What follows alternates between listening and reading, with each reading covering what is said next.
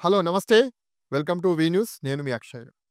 మనతో పాటు ఈరోజు తెలంగాణలో సామాజిక ఉద్యమకారుడు, ప్రజా సమస్యలపైన నిరంతరం పరితపించి, నిరంతరం స్పందించి గలమెత్తేటువంటి తెలంగాణ శ్యామ్ గారు మనతో పాటున్నారు. వారితో సమకాలీన సామాజిక, రాజకీయ అంశాలతో పాటు మరిన్ని విషయాలు చర్చించేటువంటి ప్రయత్నం చేద్దాం.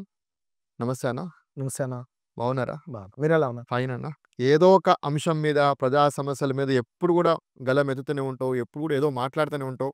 ఏదైనా పాపులారిటీ కోసమా? లేకపోతే ఏదైనా సోషల్ మీడియాలో వార్తల్లో నిలబడాలని జెప్పేసి ఏమన్నా మీకేమన్నా పాపులారిటీ రావాలని జెప్పేసి ఏమన్నా ప్రయత్నమా ఇది? మంచి ప్రశ్న మీరేసింది. మీరే అన్నారు. పరిచయం చేసే ముందే సామాజిక ఉద్యమకారుడు అట్లని. మేము వచ్చినటువంటి నేపథ్యం అలాంటిదన్న. హ్మ్. ఇప్పుడు పాపులారిటీ కావాలనుకుంటే బండి సంజయ్ లాగా మజీదులు కూల్స్తా అనేటువంటి కామెంట్స్ మేము ఎక్కడ చేయలే. హ్మ్. పాపులారిటీ కావాలనుకుంటే తుర్కోళ్ళందరినీ చంపేస్తామని రాజాసింగ్ ఇచ్చినటువంటి నేను వాళ్ళ అన్నయ్య చెప్తున్నా. ప్రజాప్రతినిధులు అన్నటువంటి మాటల్ని ఆన్ రికార్డ్‌గా మీకు చెప్తా ఉన్నాను. హ్మ్. వాళ్ళన్నటువంటి వ్యాఖ్యలు నేను ఎక్కడ చేయలే. ఇప్పుడు నా హృదయం చెల్లించి మేము కింది నుంచి వచ్చినటువంటి వాళ్ళం. మేము కూటికి గతి లేనటువంటి కుటుంబాల నుంచి వచ్చినటువంటి వాళ్ళం. కింది కులాల నుంచి వచ్చినటువంటి వాళ్ళం.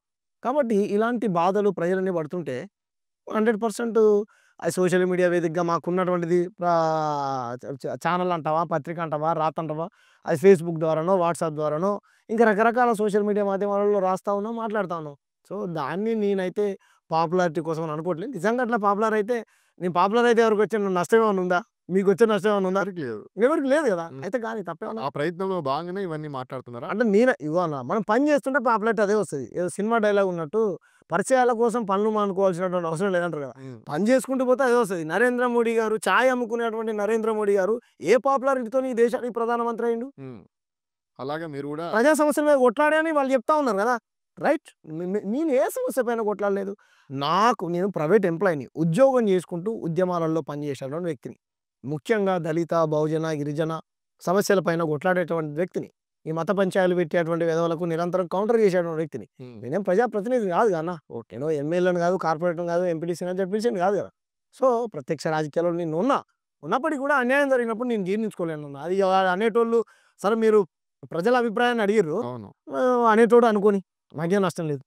సరే, తెలంగాణ శ్యామ్ అని జెప్పేసి మిమ్మల్ని అందరూ గూడా పిలుస్తుంటారు. అవునన్న. అసలు తెలంగాణ శ్యామ్ అని మీరే పెట్టుకున్నారా? లేకపోతే ఎవరైనా పెట్టిర్రా ఈ తెలంగాణ అనేటువంటి పేరుని?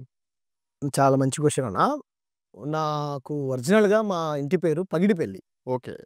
మా ఇంటి పేరుని పగిడిపెల్లిగా చాలా మందికి తెలియదు. హ్మ్. కన్‌ఫ్యూజన్. తెలంగాణ ఉద్యమంలో మేము పనిచేసేటప్పుడు నాకంత తెలిసి తెలియని వయసు. అంతే ఇంత సామాజిక స్పృహ, రాజ్యాంగము ఇయంతా మాకు తెలీదు. తెలంగాణ అంటే ఒక పిచ్చి.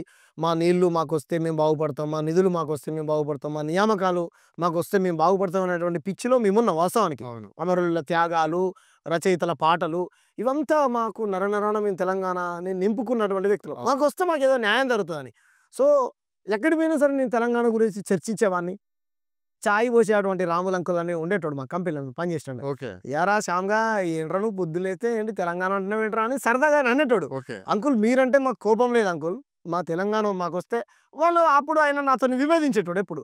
సో, ఎటు పోయినా సరే ఈ తెలంగాణ పిచ్చోడు, తెలంగాణ పిచ్చోడు అని అంటుండే. సో, ఆ క్రమంలో "అరే తెలంగాణ శ్యామ్ గాడు వచ్చిండ్రా" అనేటువంటి అంటుండే. సో, అది కూడా నాకు బాగా నచ్చి నేనే తెలంగాణ శ్యామ్ అని సోషల్ మీడియాలో పెట్టుకున్నాను తప్ప నా సర్టిఫికేట్‌లలో అన్నిట్లో నాకు పగిడిపల్లి షూర్ శ్యామ్ అనే ఉంటది. పగిడిపల్లి ఓకే. శ్యామ్. సరే, ఇప్పుడు మీరే చెప్తున్నారు. తెలంగాణ తెలంగాణ కోసమైతే తెలంగాణ వస్తే నీళ్లు, నిధులు, నియామకాలు మా తెలంగాణ బాగుపడతది. అవు. మాకు ఉద్యోగాలొస్తాయి. అవు. మాకు నియామకాల్లో న్యాయం జరుగుతదని జెప్పేసి మీరు ఆ రోజు తెలంగాణ ఉద్యమం జేశారు. అవును. సరే, ఇప్పుడు తెలంగాణ రాష్ట్రం వచ్చి కూడా 11 ఏళ్ళు అవుతుంది. అవును. అవునా గదా? అవును. సో, ఇటువంటి సందర్భంలో మీరేదైతే కలలు గన్న తెలంగాణ ఇప్పుడు వచ్చిందని అనుకుంటున్నారా? కంప్లీట్‌గా అన్ని సమస్యలు ఒక్కసారి సాల్వ్ కావన్న. హ్మ్. రాలేదు కాబట్టే కదా! కేసీఆర్‌ని ఇప్పుడు తెలంగాణ తీసుకొచ్చిన సాగు నోట్ల తలకాయ పెట్టి తెలంగాణలో తెచ్చింది కేసీఆర్ అని అప్పుడున్నటువంటి టీఆర్ఎస్ నాయకులు ప్రచారం చేశారు. తెలంగాణ నాయకుడు కేసీఆర్ అని. వాస్తవానికి చెప్పాలంటే 2014 కంటే ఎనకాల హ్మ్. కేసీఆర్ గారు ఏదైనా మాట్లాడతారు. ఏం మాట్లాడతాడో అని ప్రజలందరూ టీవీల ముందర కూర్చొని చూసేది. అవును. మీరు చూడండి. అవునా కాదా? అవును. మనం ఓపెన్‌గా మాట్లాడదాం. అవును. కానీ 10 ఏళ్ల పరిపాలనలో కేసీఆర్ గారిని కనీసం ఒక్క ఎంపీ సీటు కూడా గెలిపియకుండా ఇంటికే ఎందుకు పరిమితం చేశారు? హ్మ్. మీరు ప్రజల్లో విశ్వాసాన్ని కోల్పోయారు. చేయనటువంటి పనులు, రకరకాల అవినీతి అనేటువంటి ఆరోపణలు మీ పార్టీ మీద ఉన్నాయి కాబట్టి, నేను బాగా గుర్తుపెట్టుకోండి. నేను తెలంగాణ ఉద్యమంలో పాల్గొన్నా. హ్మ్. ఓకేనా?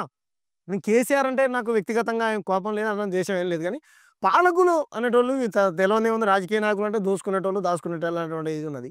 కాంగ్రెస్ పార్టీ మీదనో, టీఆర్ఎస్ పార్టీ మార్పు వాళ్ళు చేసినటువంటి ఏదైతే ఇచ్చినటువంటి హామీలు ఏవైతే ఉన్నాయో 3 ఎకరాల భూమి గాని, లేకపోతే దళితుని ముఖ్యమంత్రి చేస్తా అనడం గాని, ఇంకా రకరకాల హామీలు ఇచ్చి అప్పుడు ఉన్నటువంటి టీఆర్ఎస్ ప్రభుత్వం అంటావా? అది బీఆర్ఎస్ అంటావా? ఆ ప్రభుత్వం అధికారంలోకొచ్చి ఇచ్చినప్పుడు దాని మీద ఫైట్ చేశారు కదా! కాంగ్రెస్ వాళ్ళు. అవును. వాళ్ళ ఇయన్నీ ఎత్తి చూపినప్పుడు ఆల్టర్‌నేట్‌గా మార్పు కోరుకున్నాడు. నేనైతే అనుకోవట్లే అన్న నిరుద్యోగులైతే ఇంకా ఏమంటారు అదే బాధతోని ఇంకా బాధ ఏదైతే దేనికోసమైతే కొట్లాడినామో హ్మ్. కొట్లాడింది ఇంకా సాకారం కాలేదు. కాలేదు. మీరు ఒప్పుకుంటారు కదా? అహా! కాలేదన్న. అవును కదా? కాలేదు. అవును. మరి అట్లాంటప్పుడు మీరు తెల్లారి లేస్తే ప్రజా సమస్యల మీద మాట్లాడతారు. అవును. బీజేపీ మీద మాట్లాడతారు. అవును. మోడీ మీద మాట్లాడతారు. అవును. అమిత్ షా మీద మాట్లాడతారు. అవును. మీరు ఈ తెలంగాణలో ఉన్నటువంటి సమస్యల్ని వదిలేసి ఏ తెలంగాణ కోసం కొట్లాడిర్రో అవన్నీ సాకారం కాలేదు కాబట్టి కేసీఆర్ మీదనో లేకపోతే తెలంగాణ ప్రజల మీద మాట్లాడకుండా తెల్లారి లేస్తే బీజేపీ మీద విషయం చెబుతారు ఏందన్నా? ఇక్కడ సమస్య ఏందనంటే కేసీఆర్ అధికారంలో లేడు. ఉన్నప్పుడు కేసీఆర్ మీద కూడా మాట్లాడాం. నంబర్ 2 మీరన్నట్టు కేసీఆర్ మీద మాట్లాడుతుండో లేదా తెలంగాణ సామ్ అనేది పక్కన పెడితే కేసీఆర్, కాంగ్రెస్ పార్టీ ఈ తెలంగాణకు, సౌత్ ఇండియాకు ప్రమాదమా? బీజేపీ వాళ్ళు ప్రమాదమా? బీజేపీ ప్రమాదమా? కేసీఆర్ ప్రమాదమా పక్కన పక్కన పెడితే ఆ! ఏ తెలంగాణ కోసం అయితే మీరు కొట్లాడిర్రో నీళ్లు, అవును. నిధులు, నియామకాలు, 3 ఎకరాల భూమి, అవును. దళితుడిని ముఖ్యమంత్రి చేయాలి. ఇవన్నీ మీద మీరు కొట్లాడిర్రు. అవును. వీటి మీద మాట్లాడాలి కదా! యెస్. ఇవన్నీ పక్కన పెట్టి ఇప్పుడు నరేంద్ర మోడీ కనబడుతున్నాడా? అవును. అమిత్ షా కనబడుతున్నాడా? అవును. ఇక్కడ కూడా సమస్యలు ఉన్నాయి కదా! అవును. మీ పేరే తెలంగాణ షా. అవును. ముందు తెలంగాణ గురించి మాట్లాడాలి కదా! అదే అన్న నేనేమంటున్నానంటే తెలంగాణ ఎజెండాతోని రాజకీయాలు చేసి ముందుకొచ్చిన ఈ నాయకుడై ముఖ్యమంత్రి అయినటువంటి కేసీఆర్ గారిని ఇవన్నీ చేయలేదనే కదా ప్రజలు వెనకాల కూర్చోబెట్టారు. నేనెప్పుడు కూడా బీఆర్ఎస్ పార్టీకి ఓటేయమని చెప్పినోడిని కాదు. బీఆర్ఎస్ పార్టీని ఓడియమని చెప్పినోడిని కూడా కాదు. నేను అనేది ఏంటంటే హ్మ్. మీరు మోడీని విమర్శించిన స్థాయిలో కేసీఆర్‌ని విమర్శించట్లేదు. ఏదైతే జాతీయ స్థాయిలో మాట్లాడుతున్నటువంటి స్థాయిలో తెలంగాణ సమస్యలు మన సొంత రాష్ట్రం సమస్యలు మాట్లాడతలేరు. లేదు. లేదు. చెప్తున్నా. లేదు. నేను సొంత రాష్ట్ర సమస్యలు కూడా అనేక మాట్లాడాను. గతంలో కేసీఆర్ తీసుకున్నటువంటి ప్రజా వ్యతిరేక నిర్ణయాల మీద కొట్లాడాము. నిన్నడా ఇప్పుడు కాంగ్రెస్ ప్రభుత్వం యూనివర్సిటీ భూముల్ని ప్రైవేట్ వ్యక్తులు కట్టబెడతాంటే మాట్లాడాము. లగ్చర్ల రైతుల గురించి మాట్లాడాము. అశోక్ నగర్‌లో విద్యార్థులు, నిరుద్యోగులు ధర్నాలు చేస్తున్న వాళ్ళ గురించి మాట్లాడాం. హైడ్రా పేరుతోని పేదవాళ్ళ ఇల్లు కూలిగూడ చేస్తే వాళ్ళది మాట్లాడాం. వడ్లన్నీ ఎండబోసి రైతులందరూ ఇబ్బంది పడతా ఉంటారు. వాళ్ళ వడ్లు కొనండి అని చెప్పి, వాళ్ళ తాటిపత్రులు ఇయ్యండి అని చెప్పేసి ప్రతి సమస్య మీద మాట్లాడామన్న. మీరనేదంటే మీరు ఎక్కువగానే బీజేపీ మీద ఎందుకు మాట్లాడుతుంటే, ఈ బీజేపీ అనేది ఈ దేశానికి, ఈ రాష్ట్రానికి పెద్ద ప్రమాదకరమైనటువంటి పార్టీ. ఈ తెలంగాణలో ఇక్కడ కమ్యూనిస్టు పార్టీలు బలంగా పనిచేసినటువంటి గ్రామీణ ప్రాంతాలలోకెళ్తే కనీసం బీజేపీ జెండా అనేది కూడా తెలీదు. అవును. ఈరోజు బీజేపీ నేను చెప్తా అందుకే మీకు ఎందుకంటే చెప్పండి. కేసీఆర్ రాజ్యాంగాన్ని మారుస్తానంటే వీళ్ళందరూ రోడ్ల మీదకొచ్చి కేసీఆర్ రాజ్యాంగాన్ని మారుస్తావని కొంతమంది దళిత నాయకులు బీజేపీకి అమ్ముడు పోయినోళ్ళు కూడా వచ్చి రాజకీయం చేశారు. కేసీఆర్ రాజ్యాంగాన్ని మారుస్తాననలే. హ్మ్. పలాని ఇది 15% ఉన్నటువంటి ఎస్సీ జనాభా 17% పెరిగింది. రిజర్వేషన్ శాతాన్ని పెంచుకోవాలి. అందుకు రాజ్యాంగాన్ని మార్చాలంటున్నా. అంటే సవరణ చేయాలంటున్నా అని అన్నాడు. కానీ బీజేపీ ఏమంటుంది? అంబేద్కర్ రాసినటువంటి రాజ్యాంగం ఇంకెన్ని రోజులు ఇలా ఉంటది? ఈ మాలమాదిగోళ్ళకు, ఎస్సీలకు, ఎస్టీలకు, బీసీలకు ఇంకెన్ని రోజులు ఈ రిజర్వేషన్స్ ఉండాలి? ఈ రిజర్వేషన్స్ తీసేయాలి. ఈ మానవ హక్కులు తీసేయాలి.